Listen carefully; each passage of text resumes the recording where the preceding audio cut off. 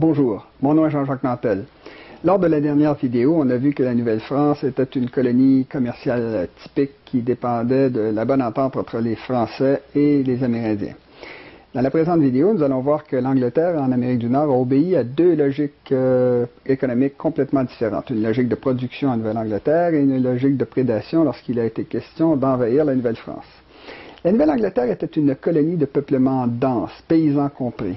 Elle appartenait à la même bande climatique tempérée que l'Europe occidentale, ce qui facilitait l'immigration entre un continent qui était surpeuplé et pauvre et une Amérique du Nord où il était facile de trouver des terres inoccupées.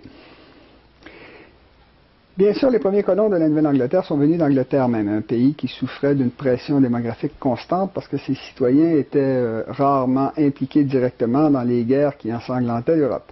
L'Angleterre était une puissance maritime qui, au XVIIe et XVIIIe siècle, s'opposait à la France, qui était une puissance essentiellement continentale. Même aujourd'hui, la France a beaucoup de voisins continentaux, la Hollande, la Belgique, l'Allemagne, la Suisse, l'Italie, l'Espagne. Et de tout temps, ces puissances ont fait une pression convergente sur la France, ce qui l'a empêché de s'agrandir et qui l'a obligé à défendre ses frontières constamment. De plus, comme était une puissance continentale, la France était constamment obligée de dépenser de l'énergie pour lutter contre le relief. Il y avait des collines, des montagnes, des rivières, des fleuves, des forêts, des marais. Alors, comme jusqu'au XXe siècle, les gens se déplaçaient en marchant ou à cheval, à chaque fois qu'il y avait un conflit, il fallait dépenser beaucoup d'énergie pour déplacer les ressources et les armées entre les fronts. Lorsqu'il y avait une guerre, il y avait des destructions sur le territoire, beaucoup de blessés, beaucoup de tués. Une puissance maritime n'a pas la plupart de ces problèmes.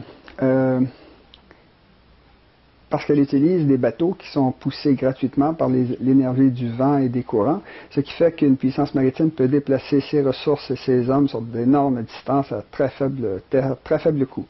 Puissance maritime possède ses propres ressources qu'elle peut utiliser. Elle possède des ressources qu'elle peut tirer de 71% de la surface du globe, c'est-à-dire la surface occupée par les océans.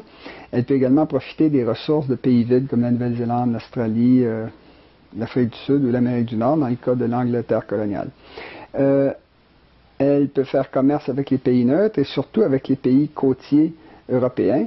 L'Angleterre, au cours de son histoire, a beaucoup encouragé les pays côtiers à utiliser leurs hommes et leurs ressources à lutter contre les puissances coloniales importantes, ennemies, et elle fournissait seulement le financement. Un financement, l'argent, qui venait essentiellement des profits qu'elle tirait des colonies ou du contrôle des points d'étranglement du commerce mondial qu'elle s'était procuré un peu partout dans le monde.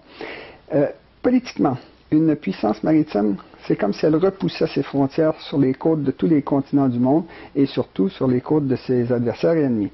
Alors quand l'Angleterre s'opposait à la France, elle pouvait par exemple concentrer toute son énergie, toute sa flotte sur le point de faiblesse de la France. Par exemple en attaquant au sud de la France, ce qui obligeait la France à dépenser beaucoup d'énergie, à déplacer ses armées pour faire face à la menace. Quand ça avait été fait, l'Angleterre pouvait déplacer sa flotte pour attaquer dans le nord, ce qui obligeait la France à dépenser encore beaucoup d'énergie pour aller faire face à la nouvelle menace. Il y avait donc une usure, un grignotage qui favorisait l'Angleterre par rapport à une puissance continentale comme la France, qui en plus devait constamment lutter contre les coalitions continentales qu'entretenait sa rivale océanique pour maintenir l'équilibre sur le continent. Une puissance océanique perd peu d'hommes dans les conflits parce que les batailles navales sont moins meurtrières que les batailles terrestres. Le résultat de ça, c'est que l'Angleterre coloniale avait beaucoup de jeunes à chaque génération qu'elle pouvait envoyer coloniser la Nouvelle-Angleterre. De plus, lorsqu'elle avait une dissidence qui apparaissait dans sa culture, que ce soit religieuse ou autre, l'État anglais pouvait encourager les dissidents et les réfractaires à aller fonder des colonies en Nouvelle-Angleterre. Alors, les catholiques ont été au Maryland, les puritains au Massachusetts, etc. À la fin, on s'est retrouvé avec 13 colonies différentes en Nouvelle-Angleterre, dont le peuplement était assez anarchique et le tout était mal coordonné, ce qui permettait à l'Angleterre de contrôler l'ensemble assez facilement. L'Angleterre se renforçait de ses divisions au lieu de s'affaiblir comme dans une situation normale. La Nouvelle-Angleterre doublait de population tous les 25 ans, ce qui fait qu'une colonie de production à occupation dense comme elle, devait forcément entrer en conflit avec une colonie commerciale comme la Nouvelle-France, qui avait une énorme expansion géographique et qui en plus était en situation de dépeuplement parce que les épidémies exterminaient les Amérindiens par dizaines de milliers. Si la Nouvelle-France obéissait à une logique commerciale qui faisait que ses habitants vivaient en symbiose avec les Amérindiens, et si la Nouvelle-Angleterre utilisait une logique de production et de peuplement qui le forçait à occuper le plus de terre possible, l'Angleterre, elle, utilisait une logique impérialiste typique, c'est-à-dire une logique de prédation. L'Angleterre pouvait penser à long terme parce qu'elle était une puissance maritime. Elle laissait ses ennemis se battre sur le continent européen et elle profitait de chaque conflit pour aller se procurer des avantages à leur détriment dans les colonies ou pour se procurer le contrôle de nouveaux points d'étranglement du commerce mondial. Cette politique de grignotage a fait qu'au milieu du 18e siècle, l'Angleterre avait pris le contrôle de la baie d'Hudson, de Terre-Neuve et de l'Acadie en Amérique du Nord, ce qui faisait qu'elle faisait une pression convergente sur la Nouvelle-France qui était complètement encerclée. Tout ça a culminé lors de la guerre de 7 ans, qui a été une guerre mondiale où on s'est battu aussi bien aux Indes, dans les Caraïbes, en Europe évidemment et en Amérique du Nord. Du point de vue anglais, le but de cette guerre était de se procurer le contrôle du commerce nord-sud qui est extrêmement rentable. Comme la France était occupée en Europe à se battre contre les alliés de l'Angleterre, l'Angleterre en a profité pour attaquer le seul front où elle était certaine d'avoir la supériorité absolue, c'est-à-dire en Amérique du Nord. En 1760, il y avait un Français sur 285 qui vivait en Nouvelle-France et un Anglais sur 6 qui vivait en Nouvelle-Angleterre. La défaite de la Nouvelle-France était inscrite dans ces statistiques. Il est intéressant de constater que malgré ce rapport de force sur le continent, la majorité des soldats et le principal de l'effort de guerre qui a été fourni pour conquérir la Nouvelle-France est venu d'Angleterre, même si la Nouvelle-Angleterre avait 1,5 million d'habitants. Si la royauté anglaise a accepté de faire l'énorme investissement, d'aller chercher des soldats partout en Allemagne, en Écosse, au Pays de Galles, en Angleterre, c'est de payer une immense flotte, traverser un immense océan pour venir mettre un siège de plusieurs mois devant les villes de la Nouvelle-France, c'est parce qu'elle avait l'intention de se rembourser en volant, ce qu'elle n'a pas manqué de faire. Ça me permet de faire une remarque sur la différence essentielle qu'il y a entre un producteur et un prédateur.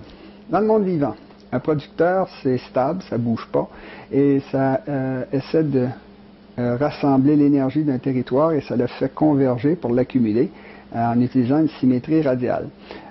On le voit dans le cas des arbres, dans le cas des fleurs, dans le cas des fruits, on l'a vu dans le cas de la Nouvelle-France.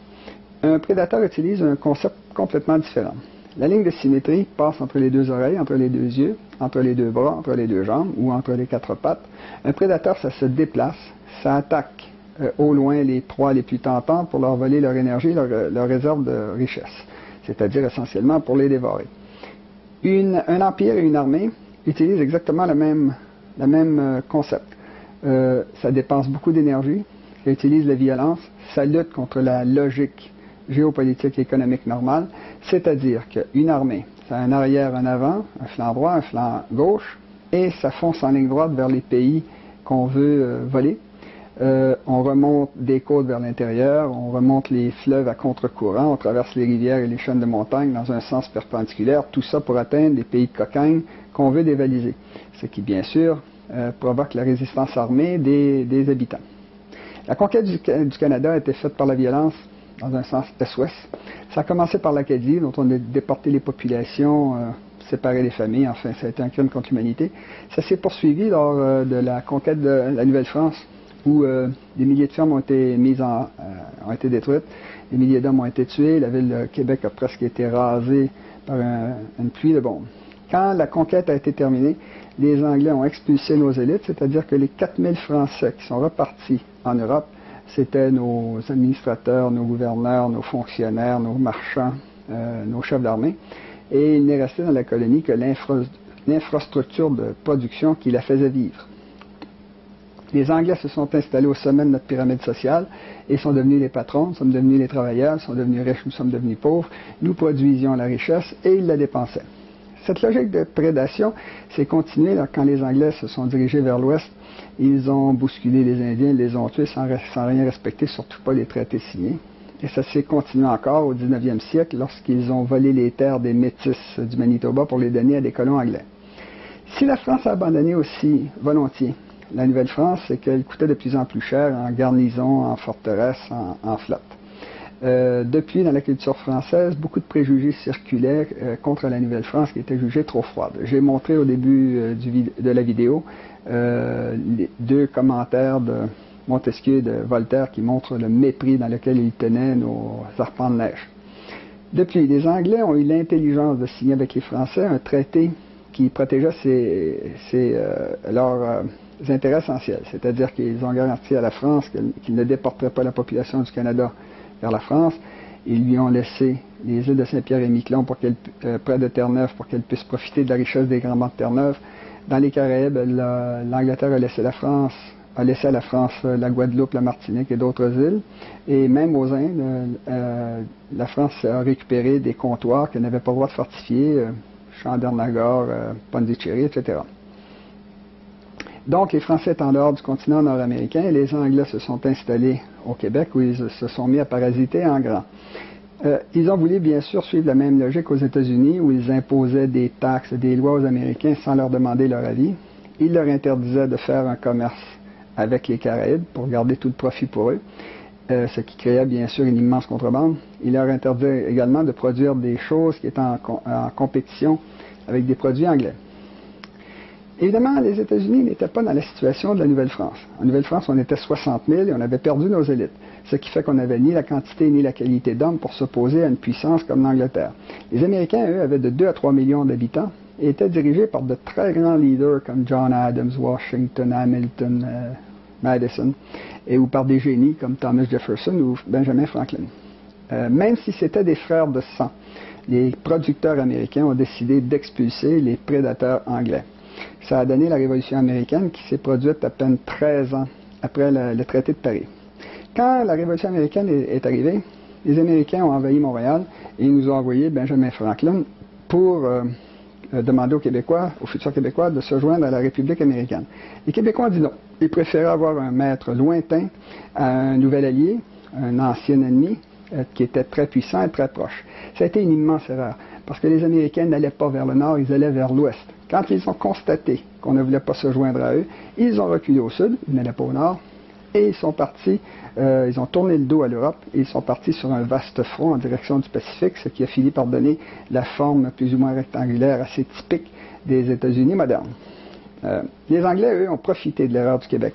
Ils ont reculé vers le Québec avec tous ceux qui ne voulaient pas faire partie de la République américaine, les loyalistes, et qui sont venus parasiter le Québec.